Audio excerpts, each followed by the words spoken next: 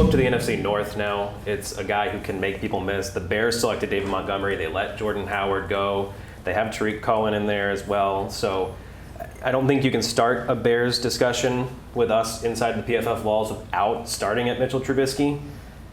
And I think the biggest criticism at us, as a general layman fan, was why Mitch Trubisky was graded so poorly in our system last year. And I think that's where we just start with Trubisky here. Yeah, he was graded poorly in our system because he missed as many throws as any quarterback in the NFL. And, his statistics ended up pretty good because his easiest throws essentially, became pretty good, became pretty good plays. So essentially, very simply, because we add context to every single throw, when a guy has a low PFF grade and a much higher passer rating, you say there's some level of luck or system or supporting cast, which is fine. I mean, if you're a Bears fan, all you care about is kind of the output, right? You care that the passing offense is good, and when you do have this bevy of playmakers like Allen Robinson, Anthony Miller, Taylor Gabriel, Tariq Cohen, you add David Montgomery to the mix, a few tight ends to, between Trey Burton and Adam Shaheen, it's not bad. So you're hoping that those guys can kind of elevate Trubisky. You're hoping that Trubisky will take a few steps forward. He just needs to cut back and just not miss so many throws. And he had a bunch of interception luck last year. You can't really bank on those things year over year. We did a video heading into last season where we said that the situation that Trubisky is in now is fantastic because you got Matt Nagy in that offense coming over. Yep. It's got a proven track record of making things really good for quarterbacks. This was, before Patrick Mahomes burst on the scene, so the same kind of idea. We were saying that this is set up for, if Trubisky is just okay, this offense is going to look really good and the Bears are going to be pretty good. And basically everything came true, and we're now being criticized because we're not giving Trubisky the credit for all of those things happening. Well, it just goes back to what I said about quarterbacks. If you're in that middle tier, to get high-end performance, you need the situation around you to be good. Most quarterbacks have a ton of dependency on their supporting cast, and we actually thought Trubisky showed a lot of good stuff his rookie season, but his supporting cast and situation was terrible. The play calling wasn't great. He didn't have guys to throw to. So again, he could actually play as well as he did his rookie year, which would be an upgrade, I think, over last year, and we could actually see a better season from him technically. So, look, I think Bears fans should be comfortable as far as where they are as a roster. I think the struggle for the Bears is going to be the schedule that the guys who predict games for us over here keep saying it's a tough road for the Bears this year. It's a tough road anytime you have to face Aaron Rodgers twice in a season. So they do lose Adrian Amos as well in the secondary next to Eddie Jackson. They replace him with Clinton Dix going forward, a guy who bounced around for two different teams last year, never really got to stick. I think a situation where he can actually know that he's going to be on the Bears at least a full season at this point of his career going forward could be good for him. Mike, I do want to mention their offensive line in Chicago, though.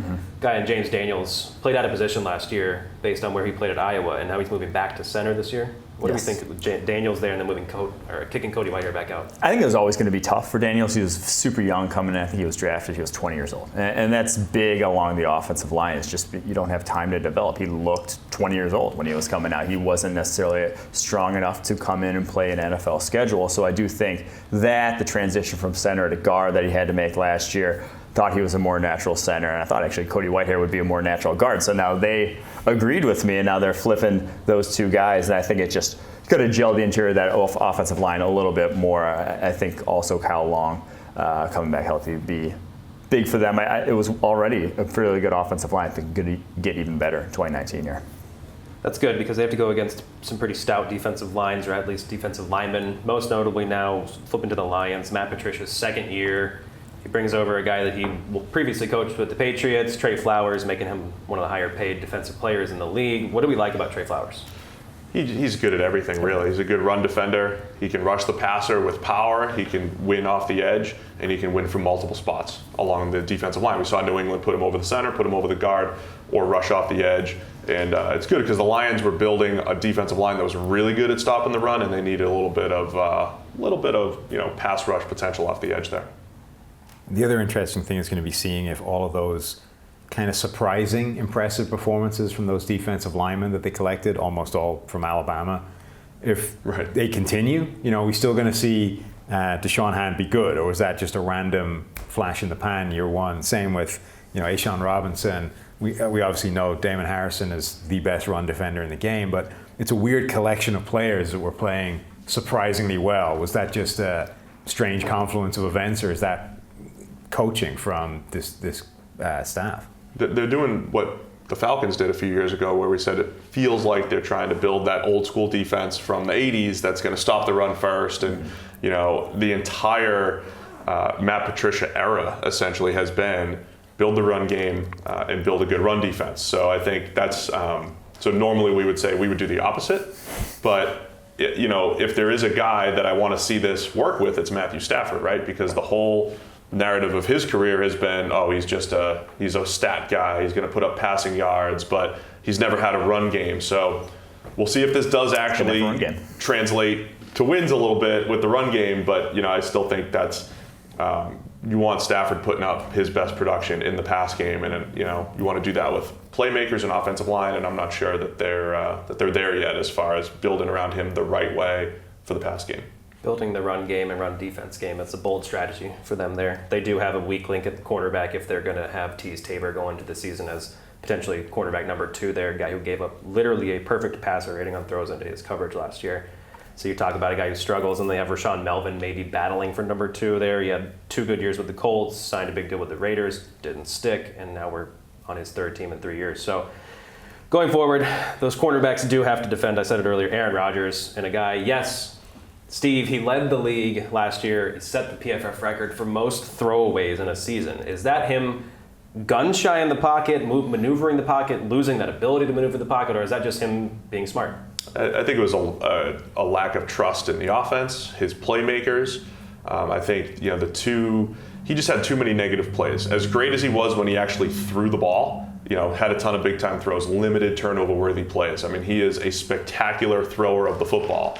When he just took too many sacks and threw the ball away too many times when he didn't want to make a play within the flow of the offense. So that's the biggest thing. If he just cuts down on those negative plays, he's still a special quarterback, then he can add a ton of value to an offense. Yes, 16% of his dropbacks last year were either sacks or throwaways. You look at Andrew Luck was under 5%, Drew Brees under 5%. That's 1 out of 10 plays where it was either sack or a throwaway. So which is not even targeting a wide receiver. It's not even anything can be a positive. They don't even have a chance. If you just throw a jump ball, something exactly. Could happen, it's like you're playing a different game altogether at that point, and that's just the offense. Does Matt LaFleur's offense, what he brings to the table, does that help Aaron Rodgers going forward? Yeah, I think it's just different. I think they needed someone different in his ear and something that didn't look like slant flat 10 times a game. It didn't look like the offense he had been in that just was stale, and that he seemingly didn't want to run anymore. And so I just think you're going to have bunch formations. You're going to have a lot of guys going in motion. You're just going to have a different look to the offense. I think it has to in some way rejuvenate him because he has to learn all this new stuff as opposed to what he's known his whole career. I think we're finally going to get some answers. For years it's been how much we think that the Packers offense should be better than it's been over the past couple of years. And it's how much of it has been this Mike McCarthy offense that grew stale and didn't develop and left Aaron Rodgers with a bunch of plays that just weren't scheming anybody open, asking too much of him. And how much of it was this Aaron Rodgers tendency to be a little bit too conservative. Not in terms of where he's targeting the ball, Alex Smith style, where your average depth of target is just so low because he doesn't want to push it downfield. But sometimes Rodgers just doesn't want to push it anywhere, doesn't want to put the ball in the air at all, would rather take the sack or throw it away. So it's been which one has been the thing that's created this sort of stagnant offense, or at least who's more to blame. If nothing else, this year we should get the answer to that. Now McCarthy's gone, Rodgers is still there. We're going to see a new system. If he's still, way too conservative with that percentage, or if you still see the same stuff, then we know that Rodgers is a bigger part of that than I think people would want to think over the last few years. It's such a fascinating career for Rodgers because you could point to points in his career where it's some of the best quarterback play you've ever seen. 2011, 2014, parts of 2016. But in between those, there's a bunch of times where it's like, why is this guy not trusting the offense? Why is he not taking the slant flat? Why is he not taking this easy throw? And is it him, like you said, is it him or is it McCarthy? Is it the receivers? Is it trust? So if you can bridge that gap a little bit, you got special. And it's harder to criticize because the negative plays are not, terrible decisions forcing the ball into double coverage, resulting in interceptions, right? The numbers still look fantastic because he's just not taking the risk that you should take, not even taking ill-advised risk. He's not even taking the sort of standard risk that you expect the quarterback to take.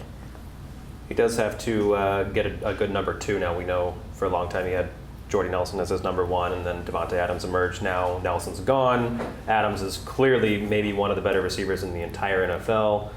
He's got to pick between Geronimo Allison, Marquez Valdez-Scantling, Jamon Moore, and Equanimeous St. Brown. So you have kind of 4 options that are basically almost the same guy there, number 2 for them. So we'll see what he does going forward. A guy who has no question at his number 1 and number 2, Kirk Cousins in Minnesota with Stephon Diggs and Adam Thielen. I sat on video with Solomon Wilcots and said, stop blaming Kirk Cousins for the Vikings' downfall last year. And his point and our point there collectively is that the past 3 seasons, the Vikings quarterbacks have had career years in PFF grades and then also numbers. Cousins had his 2nd highest career grade last year and yet still was blamed for almost everything. So did they do enough going forward to maybe possibly limit the blame that Cousins will have to shoulder if they don't succeed this year, maybe the offensive line or anything else? It just depends on how you gauge expectations, because our expectations was that Cousins, I always refer to this top 10 versus mid-tier quarterback. He falls in that middle tier. He could be the 12th best quarterback a given year. He could be the 15th. He could be 20th. He's been in all of those ranges. Last year he was 14th. So if you go in with realistic expectations, Kirk Cousins might not be to blame. If you said this is what he is, he's another one of those guys that needs everything else around him to be really, really good. If you're going to look at him as the guy that they paid $84 million guaranteed, then he did disappoint, right? And but he also disappointed at the wrong times. We joked on the podcast many times. This is the game that they paid Kirk Cousins for, when they go to Chicago, when they play Green Bay, when they play the big games, and he did not perform well in most of those games, right? The primetime games, not just the primetime games, just the biggest NFC games. Mm-hmm. He did not perform well in those games. But the offensive line was an absolute disaster. Right. Yeah, and the thing is, people look at 2017 Vikings, 2018 Vikings. Oh, what's the only thing that changed? Really, the whole roster basically stayed the same, except for quarterback position, Kirk Cousins. So they regress. Oh, it had to be on Kirk Cousins. Never mind the fact that Xavier Rhodes had one of the worst years of his career. Harrison Smith takes a step back. You have Anthony Barr still not playing exceptionally well.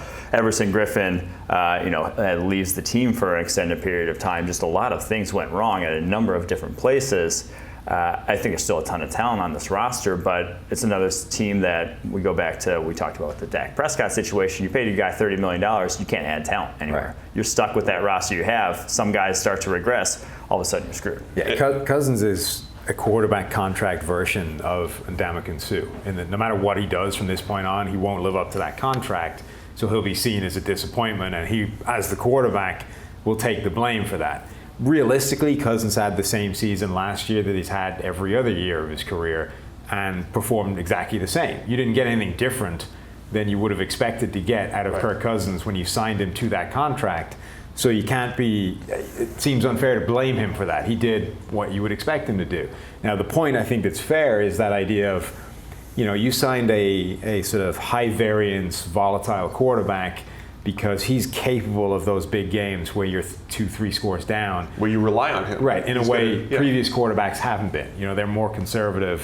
When you're 2 scores down, you're done. They're not coming back from those. And the idea is Kirk Cousins is at least capable of bringing that comeback, but it didn't really happen in the biggest games. That, I think, is a reasonable criticism that, okay, overall. He did it against the Rams. Defense just played like poop. That's true. Yeah.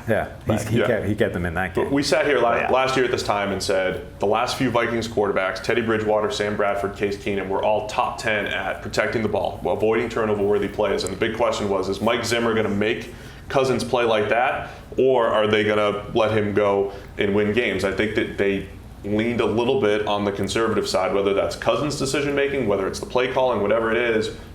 I think to maximize him, even though you might throw a couple more interceptions, you got to take advantage of the fact that he can make big-time throws. He can stretch the field with Stephon Diggs and Adam Thielen. They need a little bit more of that. This team is a lot like the Jaguars in that if they want to be a contending team, that defense needs to get back to being one of the top 3 in the NFL, not just good. Right. If that defense is only good next year, this team isn't winning what they want to win. If this team gets back to being the defense gets back to being one of the best in football, the offense is more than dangerous enough to make some noise.